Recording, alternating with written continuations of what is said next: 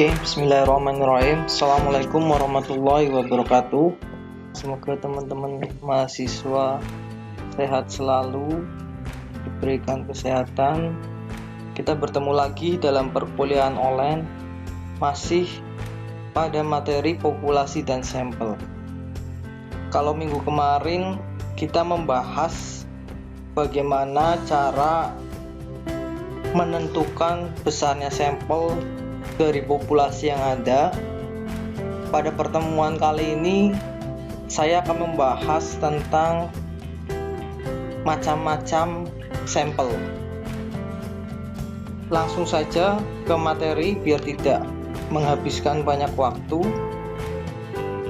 Yang pertama adalah probabilitas sampling sama non-probabilitas sampling.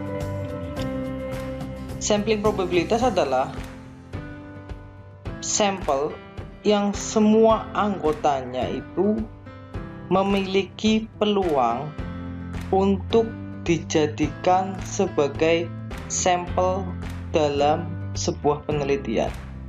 Jadi sebuah sampel yang seluruh anggota populasinya itu memiliki peluang untuk dijadikan sampel. Jadi siapapun bisa dijadikan sampel dalam populasi tersebut, atau sering juga disebut sampling random. Jadi semua memiliki peluang. Sedangkan yang kedua, non-probabilitas sampling itu adalah orang atau data yang ada dalam populasi tersebut belum tentu dapat dijadikan sebagai sampel. Jadi inilah perbedaan antara probabilitas sampling dengan yang non-probabilitas sampling. Kalau yang probabilitas, anggota yang ada di dalam populasi tersebut semuanya memiliki peluang untuk dijadikan sampel.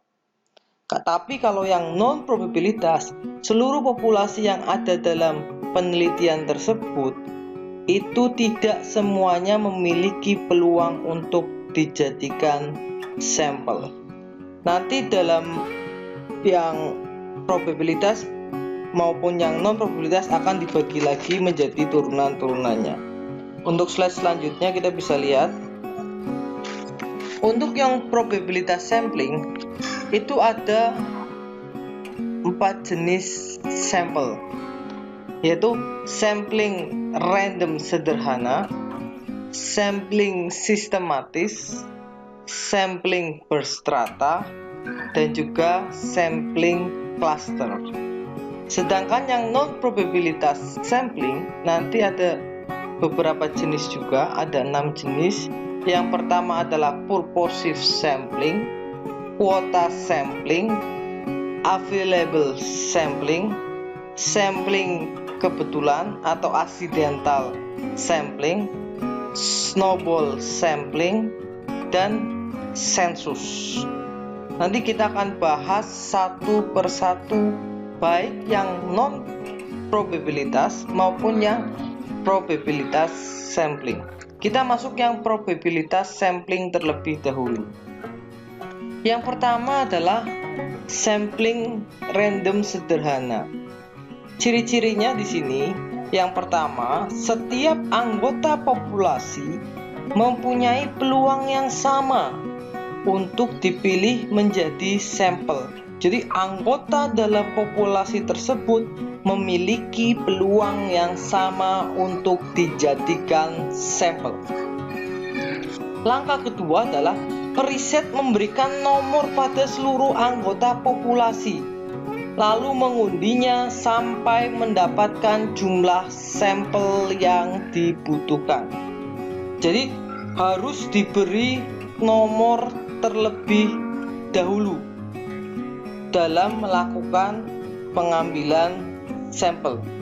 Jelas cara ini akan menyulitkan jika populasinya besar. Yang keempat, periset harus mempunyai kerangka sampling. Misalkan apabila kita mau meneliti mahasiswa IAIN Pekalongan, maka peneliti harus memiliki daftar nama mahasiswa IAIN Pekalongan. Jadi kita harus memiliki data-datanya terlebih dahulu. Contohnya kita di kelas MD Statistik Sosial ada 40 mahasiswa. Kita jadikan sebagai populasi dalam penelitian. Saya butuh sampel sekitar 10 mahasiswa. Maka langkah pertama saya harus memiliki nama-nama mahasiswa yang mengikuti perkuliahan statistik sosial sebanyak 40 mahasiswa. Dari 40 mahasiswa tersebut, saya tulis angka 1 sampai 40 dalam undian seperti arisan. Undian pertama saya kocok misalkan, keluar nomor 10. Maka mahasiswa dengan absen nomor 10 itu yang dijadikan sampel pertama.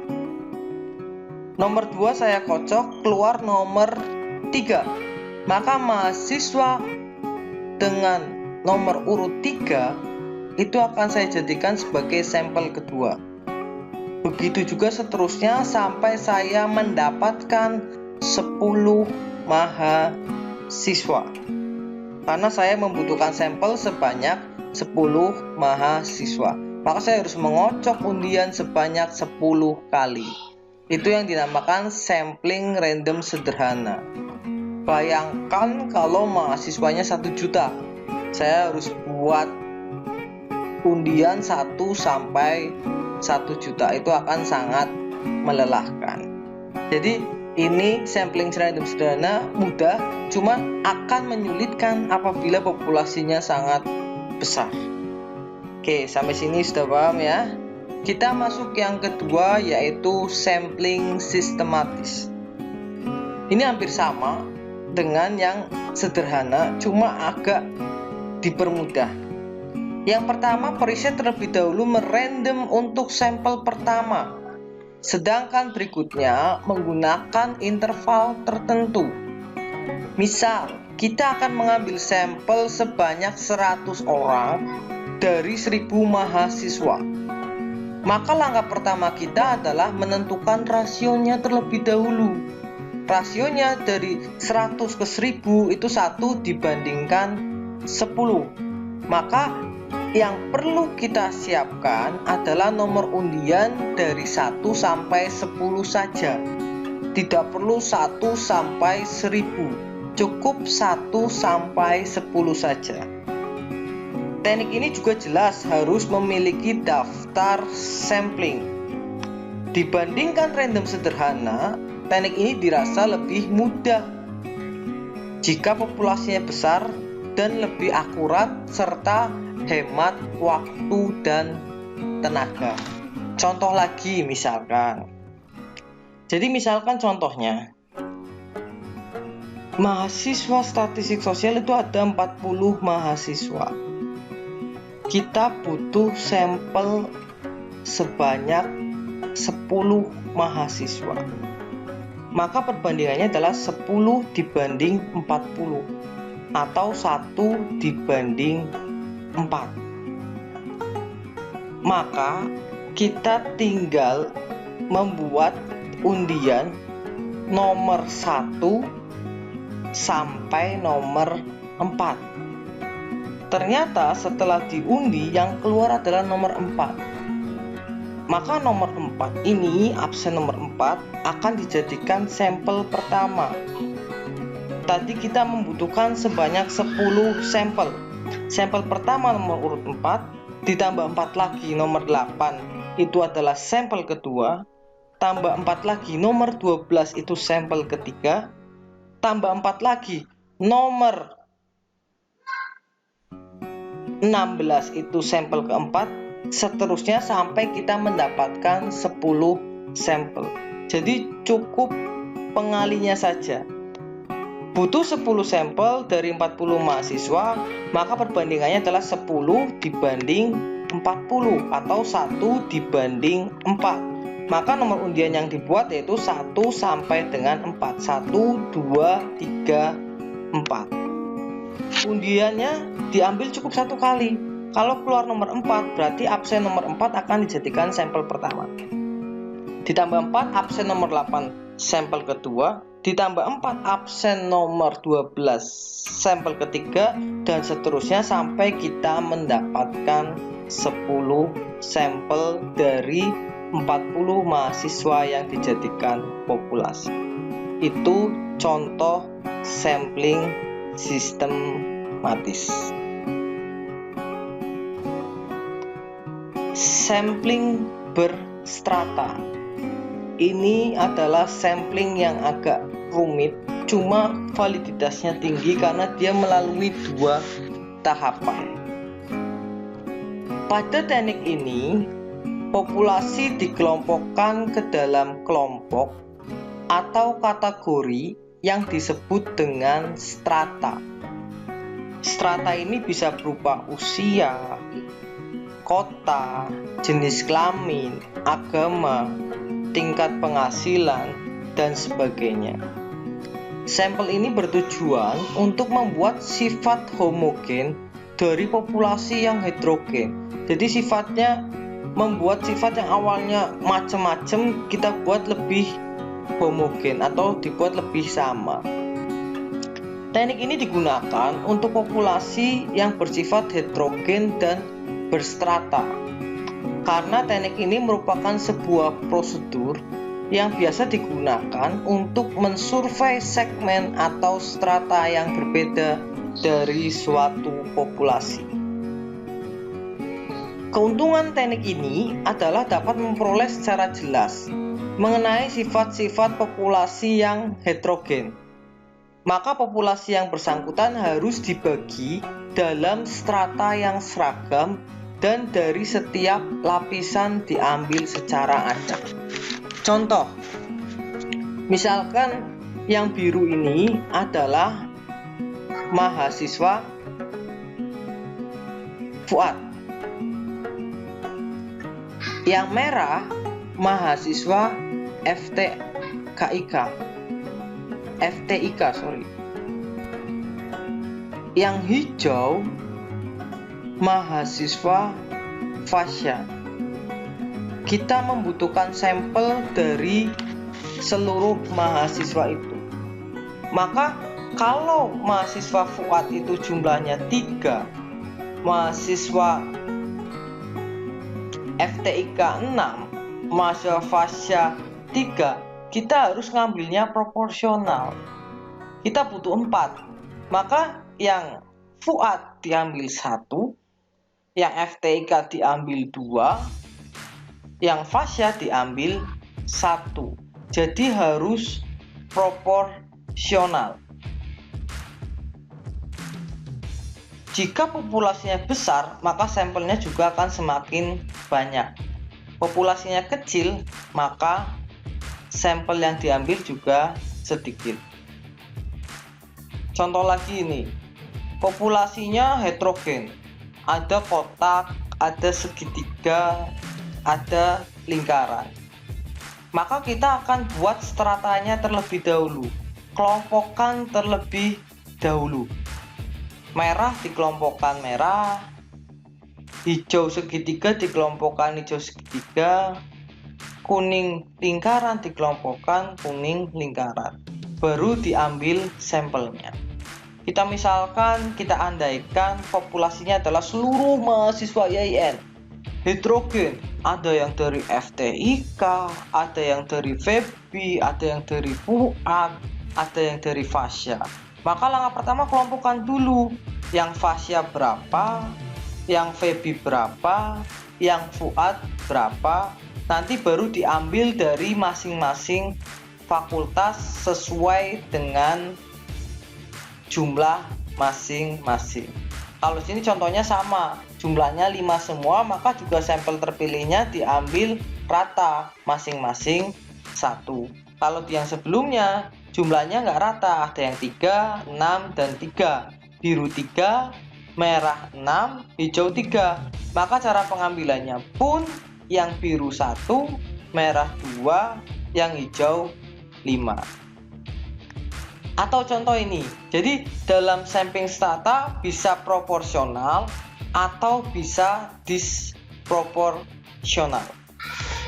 Contoh misalkan, kelas 1 kita misalkan adalah mahasiswa FTIK. Kelas 2 adalah Fasya, kelas 3 Fuad, kelas 4 Febi. FTIK, Fasya, Fuad, dan Febi. Jumlah mahasiswa YN adalah 5.000 mahasiswa. Maka jika pengambilannya secara proporsional, dari 2.000 ini kita ambil 200 mahasiswa atau sebanyak 10%-nya misalkan. 1.000 kita ambil 100, 1.500 kita ambil 150, 500 kita ambil 50. Maka sampel yang dibutuhkan adalah 500 sampel. Ini contoh biar mudah. Terus bagaimana kalau cara pengambilnya disproporsional? Maka tinggal 5.000 dibagi dengan 4 fakultas. Jadi masing-masing fakultas diambil sampelnya sebanyak 125 mahasiswa. Itu jika disproporsional. Disproporsional ini diperbolehkan apabila jumlah sampelnya itu mendekati sama. Kalau seperti ini, kita tidak diperkenankan menggunakan yang jenis disproporsional karena jumlahnya berbeda, 2.000, 1.000, 1.500, 500 itu tidak diperkenankan menggunakan disproporsional. Kita diperkenankannya menggunakan yang proporsional. Kecuali sampel kelas 1-nya 2.000, kelas 2-nya 2.001, kelas 3-nya 2.002, itu baru diperkenankan menggunakan disproporsional. Karena gap antar fakultas atau antar kelasnya tidak terlalu jauh. Tapi kalau gapnya terlalu jauh, tidak diperkenankan menggunakan yang disproporsional. Kita wajib menggunakan yang proporsional. Ini untuk mempermudah saja, saya ambil contoh, ngambil sampel 10% dari anggota yang sama. Harusnya cara pengambilannya adalah pakai rumus Lovin yang minggu kemarin saya ajarkan. Jadi misalkan 2.000 dari rumus Lovin diambil berapa? Oh ternyata dapatnya 300 sekian. Kita ngambil yang standar errornya 5%, 300 sekian. Maka harus dibagi proporsional biar jumlah sampelnya sebanyak 300 sekian. Setelah diperoleh jumlah sampelnya, baru kita ngambil sampel secara sistematis boleh atau yang sampel sederhana. Jadi memang harus melalui 2 tahapan. Tahapan pertama membuat strata terlebih dahulu, baik secara proporsional maupun disproporsional, baru kita kembali ke depan mengambil secara random sederhana maupun secara sistematis. Tapi sudah diklasterkan terlebih dahulu. Tujuannya apa? Biar sampel yang kita ambil lebih homogen, tidak heterogen.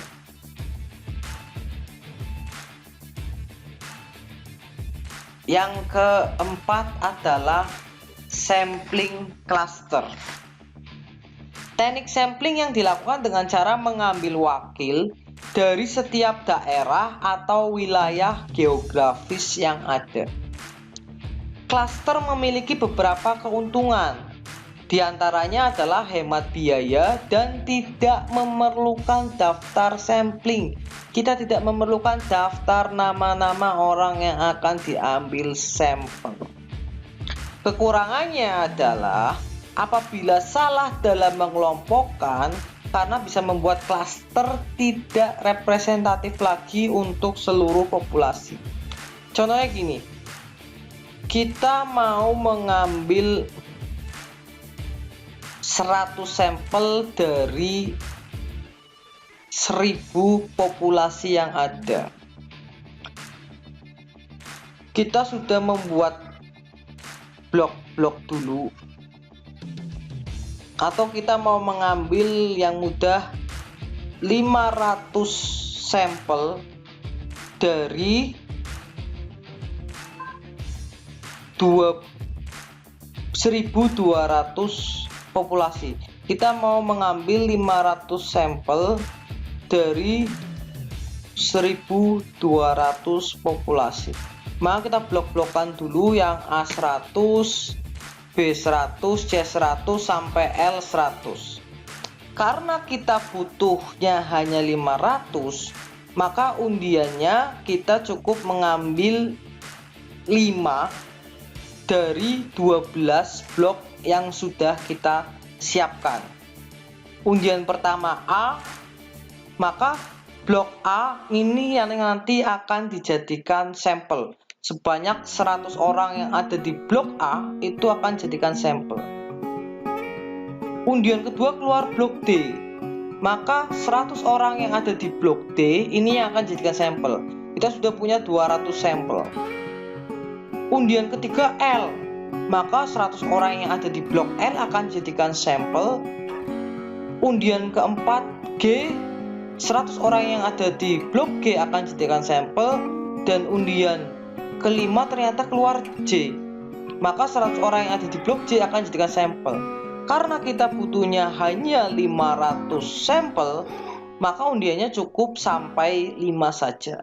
5 ini yang nantinya akan dijadikan sampel dalam melakukan penelitian.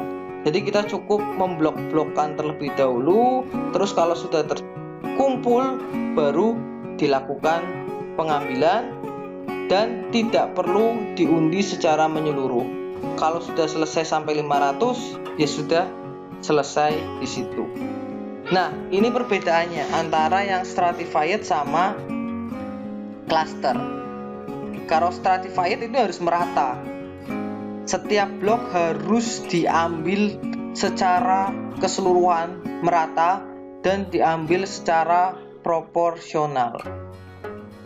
Jika bloknya itu banyak, maka pengambilan sampelnya juga banyak. Bloknya sedikit, maka menyesuaikan karena kita pengambilannya secara proporsional. Perbedaannya dengan yang cluster, ini tidak seluruh blok yang ada di populasi dijadikan sampel. Kalau sudah terpilih 3 blok dan sudah memenuhi, maka 3 blok ini yang akan dijadikan sampel. Tapi kalau yang stratified sampling, ini harus diambil seluruh dari blok yang sudah ada. Oke, sekian tadi terkait dengan yang probabilitas sampling. Sekarang kita masuk yang non-probabilitas sampling. Yang pertama adalah sampling purposive. Teknik ini mencakup orang-orang yang diseleksi atas dasar kriteria-kriteria tertentu yang dibuat periset berdasarkan tujuan riset. Sedangkan orang dalam populasi yang tidak sesuai dengan kriteria tersebut tidak dijadikan sampel. Sampling purposive ini sudah masuk yang non-probabilitas sampling. Artinya tidak semua populasi yang akan dijadikan sampel memiliki peluang yang sama untuk dijadikan sampel. Contoh sampling purposive. Kita mau meneliti tentang COVID-19 atau tentang corona.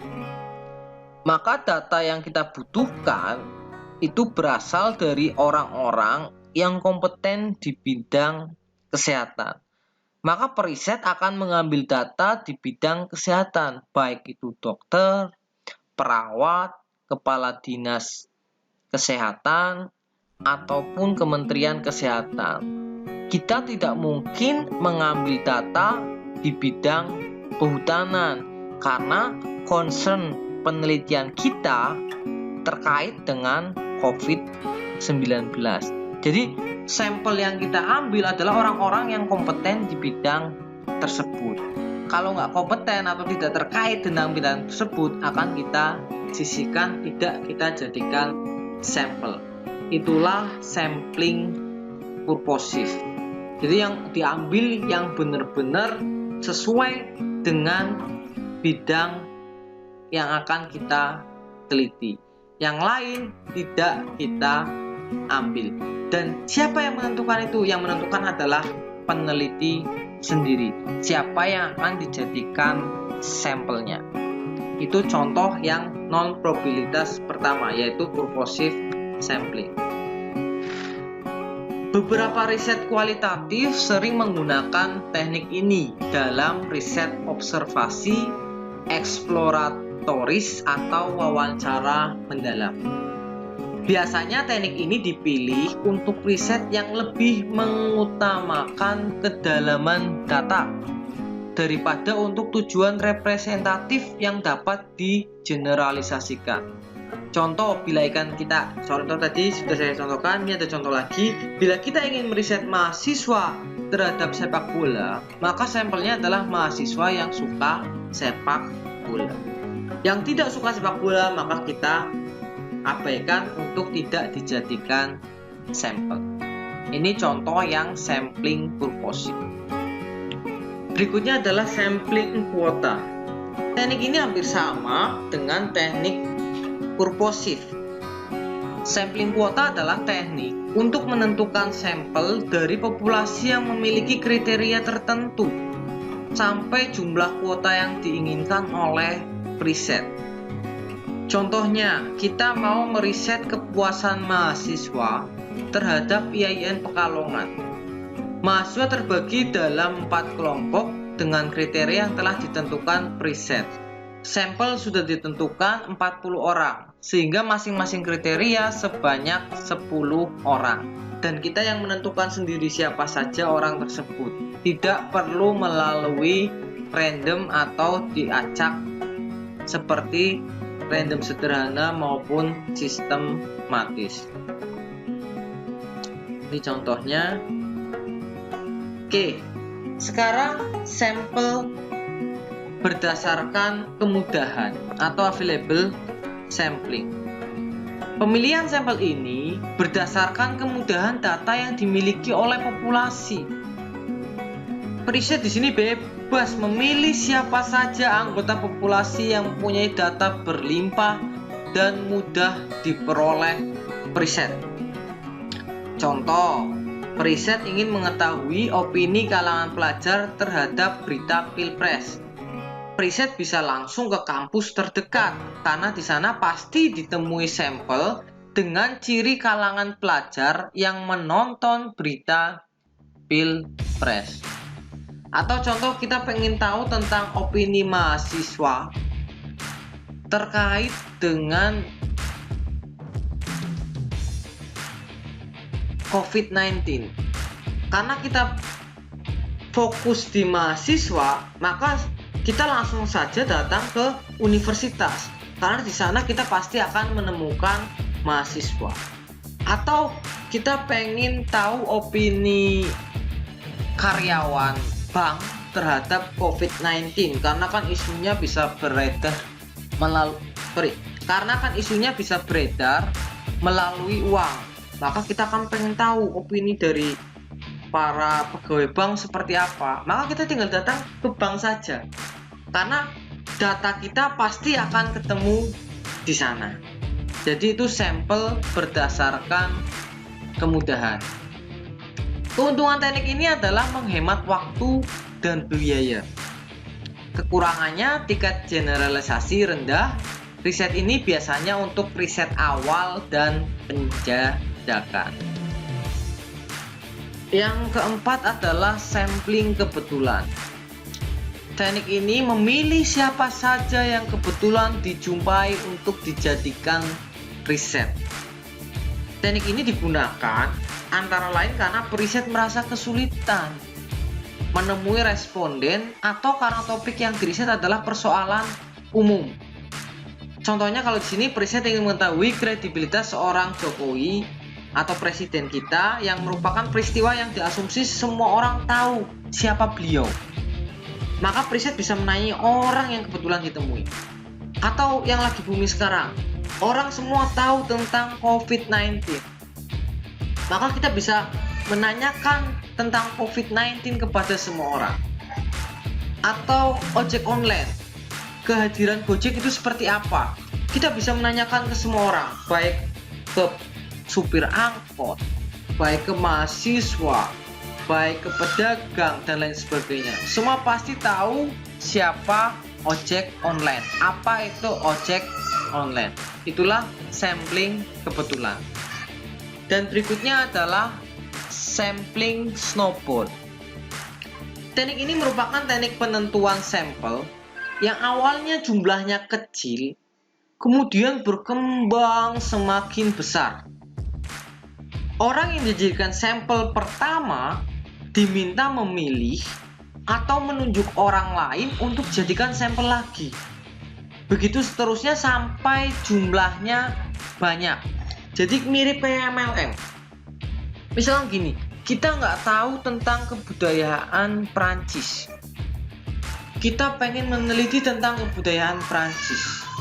Kita datang ke Prancis, kita bingung siapa yang akan dijadikan sampel. Maka langkah pertama kita adalah datangi KBRI-nya di sana. Kita menanyakan kira-kira siapa yang menjadikan sampel. Maka KBRI akan menunjukkan si A yang bisa dijadikan sampel terkait dengan kebudayaan Prancis. Kita datangin si A, nanti si A akan menunjukkan kira-kira siapa lagi yang akan dijadikan sampel. Si B dan si C. Kita datangin si B dan si C, data masih belum lengkap. Kita tanya lagi, kira-kira siapa lagi yang akan dijadikan sampel. Si B akan menunjukkan si D dan si E, dan seterusnya sampai datanya kita mendapatkan secara penuh. Nah, ini mirip dengan bola salju. Awalnya kecil, semakin lama menggelinding, semakin besar, semakin besar, semakin besar. Jadi sampling ini digunakan manakala kita nggak tahu kondisi keadaan di lapangan. Kita langsung ngambil satu orang untuk tanyakan kira-kira siapa saja yang akan dijadikan sampel. Biasanya teknik ini digunakan manakala preset kesulitan menentukan responden yang potensial dan bersedia diwawancarai. Salah satu caranya dengan menemukan seseorang terlebih dahulu, apakah secara kebetulan atau lewat kenalan. Kemudian preset meminta responden yang telah diwawancarai untuk merekomendasikan kira-kira siapa saja yang bisa diwawancarai. Proses ini baru berakhir bila preset merasa data telah jenuh. Artinya preset merasa tidak lagi menemukan sesuatu yang baru dari proses wawancara. Sekian dari saya perkuliahan hari ini. Assalamualaikum warahmatullahi wabarakatuh.